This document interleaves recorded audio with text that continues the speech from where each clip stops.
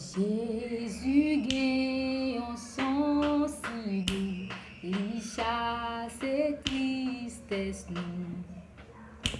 Non li se couillon guérison, pas gayon pi bel son, pas gayon pi bel son.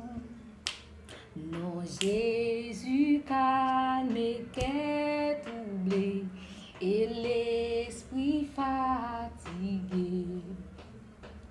Li couillon mange tellement doux pour nam yo qui grand goût, pour nam yo qui grand goût, pour nam yo qui grand goût, pour nam yo qui grand goût, pour nam yo qui grand goût, pour nam yo qui grand goût, pour nam yo qui grand goût, pour nam yo qui grand goût.